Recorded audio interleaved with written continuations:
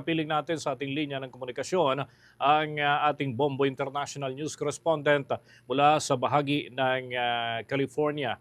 At makiki-update tayo mula dyan sa may Estados Unidos.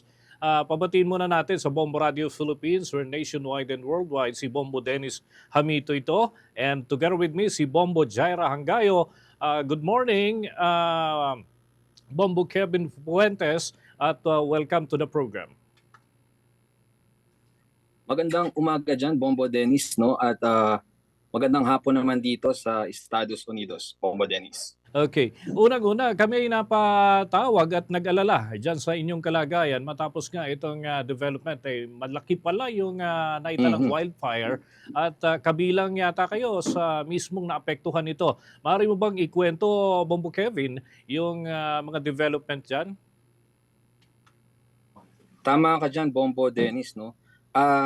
Gusto ko lamang sabihin kung saan muna kami nakatira. Nakatira kami ngayon sa La Crescenta, Los Angeles, California. At isa yan ngayon sa mga posibleng madamay sa nangyayaring wildfire o itong Eaton Fire na tinatawag dito sa Estados Unidos. At nagsimula ito sa Altadena, Bombo Dennis. At kaninang umaga dito ng alas 6 ay nasabihan kami na lumikas na dahil 10 minutes away lamang ito sa amin yung nangyayaring wildfire, Bombo Dennis. Okay, so papaano ang paraan ng paglikas sapagkat wildfire ito, no? Talagang matindi yung pag-spread ng apoy. So anong paraan para kumbaga mabilis kayong makalikas? Dahil baka yung paglilikasan nyo, di man natin hinahangad talaga. Posibleng maapektuhan din. So papaano ito? Papaanong pagtukoy kung saang lugar yung safe para sa mga evacuation na Bombo Kevin?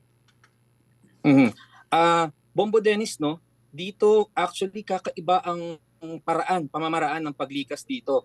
Kumbaga may mga since Bombo Dennis nagkaroon din kasi dito na malawakang blackout sa Estados Unidos, especially dito sa may bahagi ng Los Angeles, California.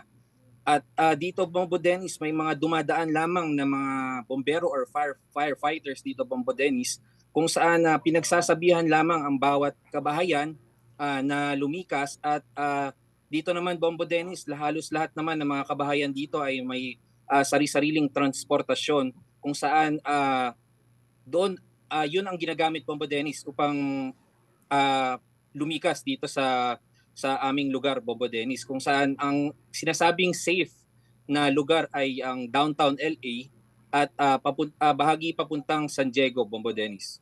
Okay. So ilan ang mga kumbaga alam namin marami talagang Pilipino diyan sa may area ng Los Angeles, California. Pero diyan sa community ninyo, mga nasa ilan kayo diyan na lumikas sa tinabisuhan recently ng mga otoridad diyan na Bombo Kevin? Sa lugar namin, Bombo Dennis, sa may La Crescenta, halos lahat, Bombo Dennis, ay lumikas. Dahil na rin, Bombo Dennis, bukod dyan sa wildfire na yan, Bombo Dennis, or yung Eaton Fire na tinatawag, ay mayroon din ngayon na nangyayaring Santa Ana Wildstorm. Ito, Bombo Dennis, yung bagyo dyan sa Pilipinas, ngunit walang ulan. Ito ay purong malakas na hangin, Bombo Dennis. Bago ako dun sa iba pang mga katanungan, may gusto ring malaman ang aking katandem dito, si Bombo Jaira. Bombo Jaira, with your questions? Sir Kevin, magandang araw po. We just wanted to empathize here, 2025 New Year has just started. And then ganyan na yung nangyari dyan sa Los Angeles. Maraming mga kabahayan and over 100,000 almost yung mga inilikas na din. So, sir, we just want to know your thoughts. Ano po yung ginagawa ngayon ng mga authorities dyan sa pag-help and sa pag-rescue din ng mga evacuees, as well as your thoughts, sir, na kung paano ulit maka-recover after that kind of incident, sir? Actually, sa ngayon, kaninang umaga lamang, no, si US President Joe Biden, no, ay nagdeklara na nag-aproba na siya ng tinatawag na Federal Emergency Declaration, kung saan ito ay magbibigay ng tulong sa mga nasalanta ng sunog dito sa Estados Unidos. Magkakaroon ng financial assistance at mga resources na ipamimigay sa mga nasalanta. Mm. Bombo Kevin, muli sa akin ano, yung nais ko ding malaman, para maikumpara lamang, magkaroon ng ideya yung mga kababayan natin, ano yung pinaglikasan sa inyo? Meron bang naka-ready na evacuation area o kayo yung naghanap ng pansamantalang tutuluyan? Papaano ba ang sistema diyan na Bombo Kevin? Bombo Dennis, ang sistema dito, no, may mga binibigay sila sa website ng mga paglilikasan, pero ang sistema dito, Bombo Dennis, kanya-kanya ang paghahanap ng mga dito, Bombo Dennis, paghahanap ng malilikasan na lugar. Nagsasabi lang sila kung saang ang mas safe na pupuntahan, Bombo Dennis. At isa nga dyan, Bombo Dennis, ang downtown LA.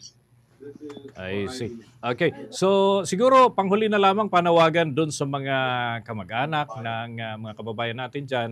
So far, yung mga welfare ng ating mga kababayan, wala naman reported na casualties ba, Bombo Kevin? And siguro yung mga kaibigan mo, marami mga nag-aalala, yung mga fans mo na nakasubaybay ngayon, baka nagwo-worry sila sa kalagayan ninyo. Please go ahead, Bombo Kevin.